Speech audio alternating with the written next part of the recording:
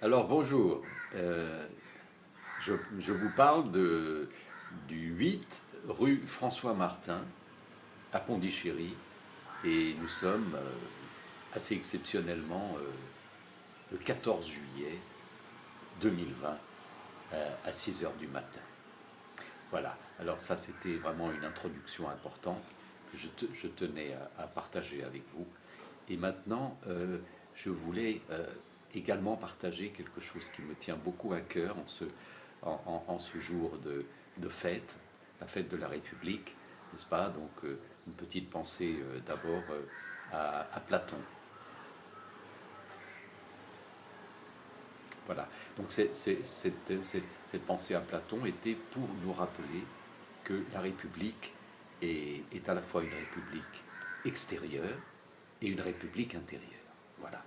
Donc c'est un peu le thème, le sujet de ma petite conversation de ce matin, c'est ne pas oublier que notre vie est un échange constant entre l'intérieur et l'extérieur, n'est-ce pas? C'est une sorte d'import-export. Et il ne faut pas oublier parce que c'est quand même le commerce le plus important selon moi. Voilà, donc ce jour de fête, il faut le fêter. Nous ne pourrons pas vraiment le fêter comme d'habitude avec des feux d'artifice, des dîners, etc.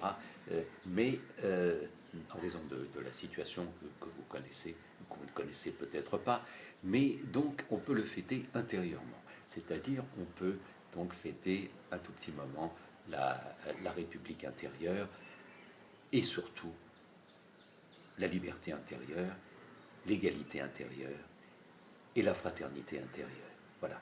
Parce que l'homme a fait beaucoup d'efforts, l'homme et maintenant la femme, heureusement, ont fait beaucoup d'efforts pour, je ne parle pas des enfants parce qu'eux, ils sont déjà dans la liberté, l'égalité, la fraternité, mais ça c'est, nous y arriverons un jour. Donc beaucoup d'efforts pour planter le drapeau de la liberté, de l'égalité et de la fraternité, une fois tous les 300, 400 ans, sur la Terre, sur notre planète. Beaucoup de très beaux efforts pour arriver à planter le drapeau de la liberté et de la fraternité. Voilà. Et également faire des petits signes une fois qu'on est arrivé, n'est-ce pas? Et avec un mouchoir blanc, dire je suis arrivé, j'ai planté le drapeau, alors etc. Vous dites adieu un petit peu à l'esclavage, vous dites adieu aux inégalités, hein, aux immigrés, aux réfugiés, n'est-ce pas, aux exilés, et vous dites bonjour, bonjour, etc. Et vous dites adieu à toutes les prisons dans lesquelles nous nous sommes enfermés. Donc ça c'est important. L'égalité aussi, il y a beaucoup de gens très bien, surtout des gens barbus avec des belles barbes, qui ont essayé de nous parler de l'égalité et parfois essayer de nous donner une petite idée de ce que pourrait être une vie plus fraternelle. Voilà, donc ça c'est merveilleux. Il y a eu des conquêtes extraordinaires, des expéditions absolument fabuleuses, n'est-ce pas, des explorations vraiment pour lesquelles nous devons garder une grande reconnaissance. Ce sont des reconnaissances pour lesquelles nous devons être reconnaissants. Mais selon moi, maintenant, il faut arrêter de se raconter des histoires. C'est le moment d'arrêter de se raconter des histoires de France, d'Angleterre, de Chine, n'est-ce pas, de Patagonie. Il faut maintenant arriver à se raconter la vraie histoire, c'est-à-dire l'histoire d'abord cette, cette exploration intérieure. Parce que sinon on n'y arrivera pas. On a vu quand même, il faut regarder les choses en face, pas par le trou de la serrure, mais en face, que nous sommes arrivés à un échec total. Un échec total, je veux dire, on peut faire semblant, oui, ça va, ça marche pas mal, il y a un peu plus de liberté, regardez les Noirs aux États-Unis, vraiment, ils ont une extraordinaire liberté, il y a eu un combat, c'est magnifique, regardez l'égalité en France, par exemple, les gens, les salaires égaux, vraiment, il y a une égalité extraordinaire qui a été accomplie, même en France, dans tous les domaines. Et puis la fraternité, vous n'avez qu'à aller dans certains quartiers à Paris ou dans la banlieue, et vous verrez qu'il y a vraiment une fraternité absolument extraordinaire. Et donc on a fait des efforts, et heureusement il y a des gens qui sont là pour nous le rappeler, des gens comme Mathieu Ricard et Dalai Lama. Mais malgré tout, il faut voir que dans l'ensemble de l'humanité, tout de même, elle pourrait faire mieux. Bon, donc, je pense, ça c'est personnel, je pense qu'il est vraiment temps, de faire l'exploration intérieure et d'établir, n'est-ce pas, dans notre ascension humaine, notre exploration humaine, d'abord c'est ce camp de base.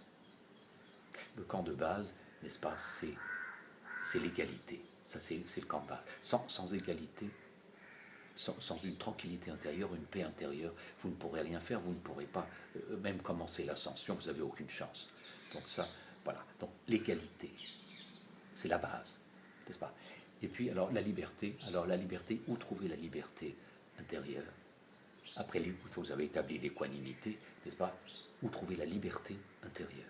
Alors la liberté, elle se trouve, allez demander à Jean-Marie Leclésio, allez à Séoul, allez au Mexique, allez sous les ponts de Paris, et vous verrez que Jean-Marie Leclésio, JMG Leclésio, pardon, vous dira que la liberté, c'est dans le désert. Le désert intérieur, qui est en fait un désert de lumière, un désert d'espace, de liberté, effectivement, car dans l'infini, on se trouve dans la liberté. Et c'est également dans cette liberté-là que vous trouverez la clé de l'égalité, car il n'y a rien de plus égal qu'un désert. Le silence, la solitude, c'est l'égalité même. Voilà. Donc, liberté de cet espace intérieur, de ce désert intérieur où il n'y a plus que cette soif, ce manque, ce besoin d'autre chose, où on va vers ce qui peut étancher notre soif. Et donc c'est ça la vie, c'est ça la vraie vie. Ce n'est pas c'est d'avoir tout, n'est-ce pas? Vous allez dans un magasin, vous pouvez trouver à boire, à manger, n'est-ce pas? Tout est à portée de la main, n'est-ce pas? Non. Là, il faut vraiment marcher jusqu'à l'oasis, jusqu'au puits, pour trouver l'eau. Et on a cette soif extraordinaire, ce manque perpétuel de quelque chose qui fait que la vie est tellement précieuse, n'est-ce pas? Et pensez à cette histoire de Ramakrishna. Nous sommes en Inde, après tout, n'est-ce pas?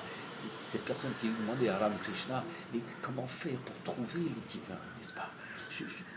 Alors, Ramakrishna, il lui a pris la tête, il l'a plongé dans la mer ou dans la rivière, jusqu'à ce qu'il soit dans un état de suffocation totale. Et il a retiré la tête, il lui a dit, ben voilà, quand tu seras dans cet état de suffocation, pour toi le divin, ce sera comme l'air que tu respirais, que tu ne pourras plus vivre sans le divin, alors là, tu trouveras le divin.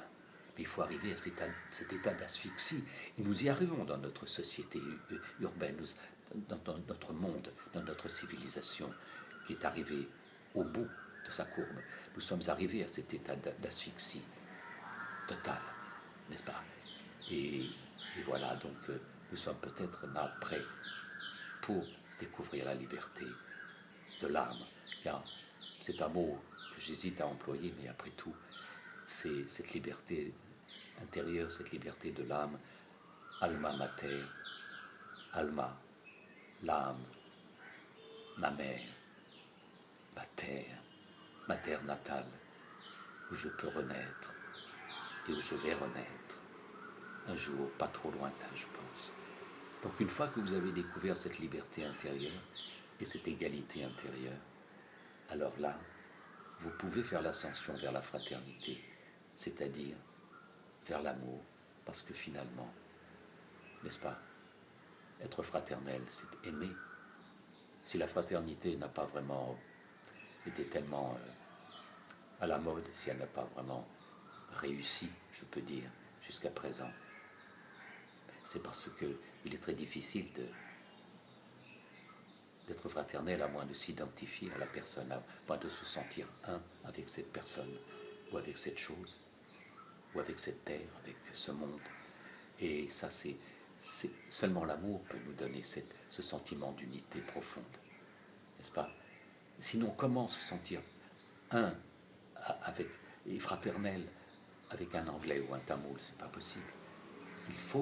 Il faut trouver cet amour qui nous permettra de nous sentir vraiment fraternels. Alors là, nous serons arrivés à la cime, mais la cime qui n'est pas le sommet, n'est-ce pas? Parce que c'est ça qui est extraordinaire dans l'aventure intérieure, dans l'exploration intérieure. c'est qu'il n'y a pas de fin. Quand vous êtes arrivé au sommet du K3, K4 ou K6, et vous êtes arrivé au sommet, vous pouvez difficilement aller plus haut. Mais quand vous êtes arrivé dans une cime intérieure, un sommet intérieur, ce que vous considérez comme un sommet de vous-même, on peut toujours aller plus haut. C'est merveilleux. On peut faire même l'ascension du vide. Ça, vous pouvez demander au Dalai Lama, au bouddhiste, à Mathieu Ricard, encore une fois. Et voilà.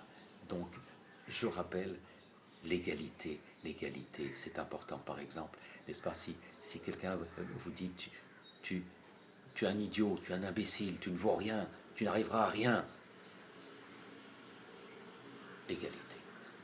Ou si quelqu'un vient vous dire oh, tu es un génie, ton bouquin est extra. J'ai jamais lu un livre pareil. C'est fabuleux, n'est-ce pas? Christophe Pitoëff, il a écrit un livre qui s'appelle L'aurore d'une vie nouvelle. Oh, c'est magnifique, n'est-ce pas? Égalité. Pas bouger. Quelqu'un vient et vous dit est-ce que tu es là dans une égalité totale? Est-ce que tu as lu le dernier Christian Bobin? Non, vraiment, il y a un Christian Bobin qui vient. Égalité, pardon, là il y a des moments où c'est très difficile de garder l'égalité. Donc égalité, paix intérieure, tranquillité. Est-ce que tu as vu le dernier spectacle de Jean-Paul Sarmadira sur Cher-Aubindo, Saprem, Rimbaud, etc. C'est magnifique. Est-ce que tu l'as vu? Non, je ne l'ai pas vu. Où est-ce qu'on peut le voir? Tranquillité. Égalité d'âme. Voilà. Et puis alors la liberté, le désert, n'est-ce pas? Allez parler avec Jean-Marie Leclésio, allez intérieurement, allez faites l'exploration de cet espace, de cette liberté, de ce silence, de cette solitude qui va vous rapprocher du monde entier. Voilà. Et donc, je vous souhaite une très belle journée, une très belle fête de la République. Vraiment, c'est notre fête à tous. N'est-ce pas? Il y aura peut-être moins de feux d'artifice, il y aura peut-être plus de sincérité, de vérité. Mais on peut la trouver partout, la vérité, la sincérité. Partout, même dans les feux d'artifice.